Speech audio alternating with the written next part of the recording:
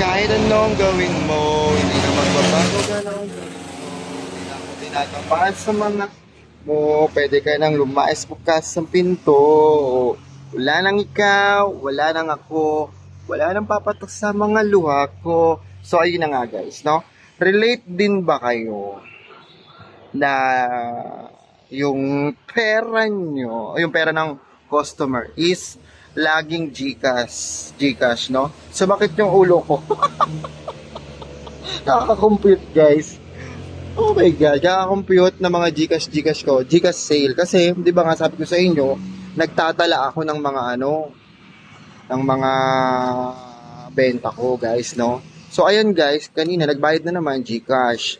So, halos wala na tayong cash, guys. At, yun nga, guys, sa Gcash pala, guys, is pwedeng dalawa yung account mo or tatlo. So kasi guys, kaya ginawa kong dalawa yung account ko. Kasi pag puno na yung 8,000, kasi 'di ba? Downy, wait lang. Ayan na, Beshi Wap. Thank you. Bye-bye. I love you. I love you. Oh, yan, ganon. I love you too. So yun guys, gabi na ako nagbukas.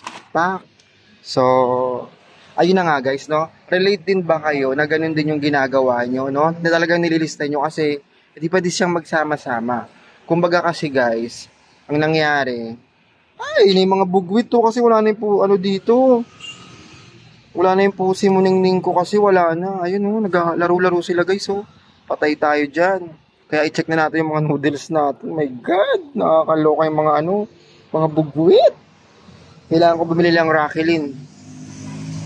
So, balik tayo sa topic. So, relate din ba kayo na yung mga sales nyo is Gcash, no? So, ganitong diskarte ang ginagawa ko, guys. Ayan na nga.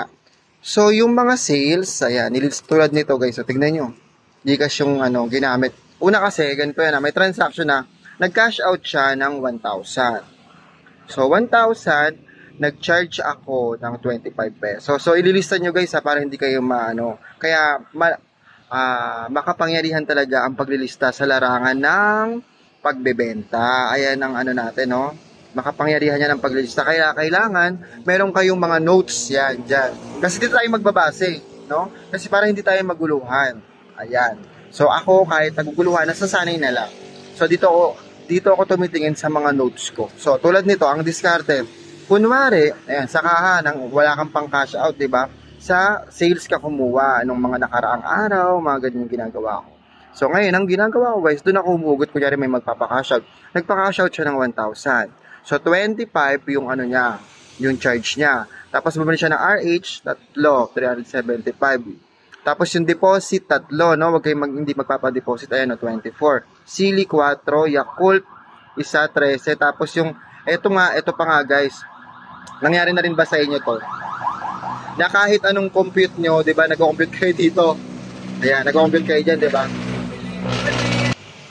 So, yun guys, na kahit anong galing mo talaga sa pagsasari-sari store, kapag kabangag ka minsan, may ganong factor di ba bangag ka? Ibig sabihin bangag, yung wala ka sa husay, wala ka Pero ito naman guys, kasi babalik siya kasi may tatlong may tatlong red doors naman na binili yung deposit, babalik siya. So, i-indicate ko na, hindi talaga nabayaran tong kasi tatlong rin to, yung manok na pula, ayan yung manok na pula, hindi nabayaran, 75. Tapos yung suka, hindi rin nabayaran.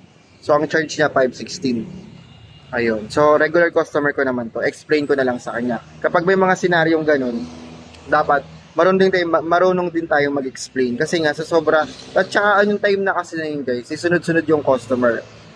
Kumbaga, pagkatapos ni kuya, meron na naman. O, diba? Tulad niyan, may pabili ng pabili. Ano yun? Ano yun, Becky? Tumingin ka dito sa camera. Ganda-ganda mo, ayaw mo tumingin. So yun, nag-discuss tayo about sa Gcash payment. Anong gummy worms, be? Kasi paubos na yung gummy worms natin. Yung mga customer dito takot sa camera, yung iba hindi naman takot. Di ba nakakaloka? Kunin mo na lang yan dyan, Beshi. Ubos na yung gummy worm ko, guys. Ayan. Yung mga drinks ko, ito pa, Wala, thank you daw. So, ayun guys. Kaya na nung gawin mo. So, ayun. Dito tayo sa topic natin, no? So, relate din ba kayo kapag transaction nyo is puro GCash. Ganun yung discarding ginagawa ko. Kaya makapangyarihan ang paglilista. Tulad niyan, ilan to? Konti yung transaction pero mahaba. Ayan, tulad nito, GCash din to guys. Pak. Ayan, di ba? Pak. Ayan, kailangan talagang may sulat. Ayan, di ba? Di ba? Ayan, di ba?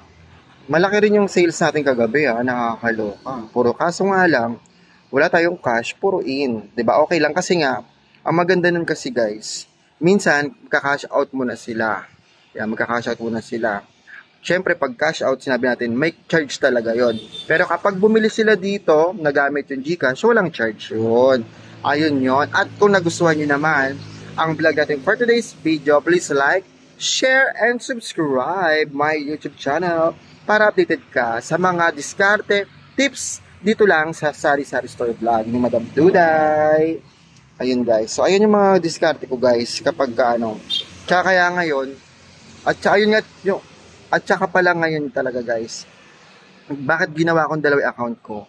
Para makasave tayo kasi 'di ba 8 hanggang 8,000 lang sa Alphamart, no? So ganito pala guys, pag dalawa yung account mo pwedeng 8,000 ulit para wala kang charge. Ayun yun kasi in-explain sa akin sa Palawan, no? Pero itatry ko rin, mamaya hindi naman totoo yung sinabi nila. Mamaya, kasi sabi sa GCash, is kapag kahit dalawa yung account mo, parehas same lang naman din yun daw, no? Same lang naman din yung pagka pinasok mo ng pera.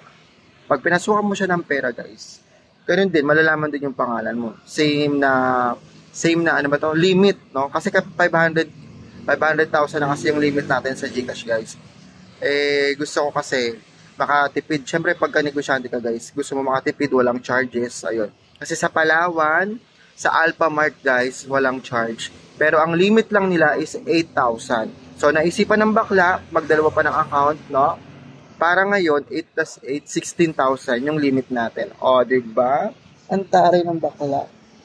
So kasi halos kasi guys, binabayad dito GCash, no? Kaya napaka-importante talaga ng GCash din sa akin na okay naman yung pakikisama sa akin ng GCash, mapaload, ayan. So, doon din guys, nakakapag-ipon din tayo sa GCash guys. Tandaan nyo yan. So, ayun, nakamonitor din yung pag-ipon natin sa GCash. Kasi sa GCash na lang ako talaga guys, nag-iipon. Pinahayaan ko na lang tong kasi, syempre, di ba, may bayarin ako sa bangko. Ayan, wait. So, yun guys, gumagawa ngayon ako kung paano ako makakaipon, di ba? Ayun yung ginagawa ko. Kaya sa GCash na lang ako kumakapit. Ayun na lang kasi yung parang bala ko. So, itong mga paninda na to, ayan. Yung mga tinutubo niyan, pinambabayad ko ng bills, pinambibigay ko kay mama, sa bills ko sa cellphone. So, ayun lang. Kung may makukuha man ako dyan, napaka-konti lang talaga guys.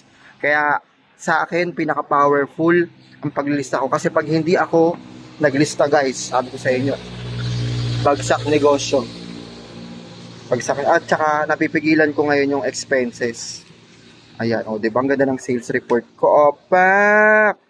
Kabog, sa 23 na yung natin, renew ng permit, nakakaloka. ito pala expenses ko. Pak! Konti pala, madadagdagan niya kasi kahapon. Naginuman kami, ako sagot. Patay na. Kasi ito pa lang yung pumapasok na na binili ko. Sa 20,000 pa lang guys. Diba? O ngayon, nalalaman ko ngayon kung tigil na ba. Lalaman ko ngayon kung tigil na ba, tama na bakla, ganon. Ayun yun guys. Kaya pinakamahalaga sa akin to, love na love ko ang paglilista. Kasi hodang sumakit yung ulo ko kasi ito yung yung parang key sa pag ko dito sa Sari Sari Store ko para hindi siya bumagsak. Para sa akin ganun guys. Ito na lang yung akin lunas, no? Kasi para maiwasan yung mga pagbili nang hindi naman tama at makapagbigay tayo sa madla sa lola ko. Kasi syempre kailangan niya rin talaga ng kaperahan tsaka yung mga bills sa mga Meralco, tubig, no? Ayun. Kaya naka-generate dito lahat talaga sa aking lista at sa aking utak. So hanggang dito na lang guys.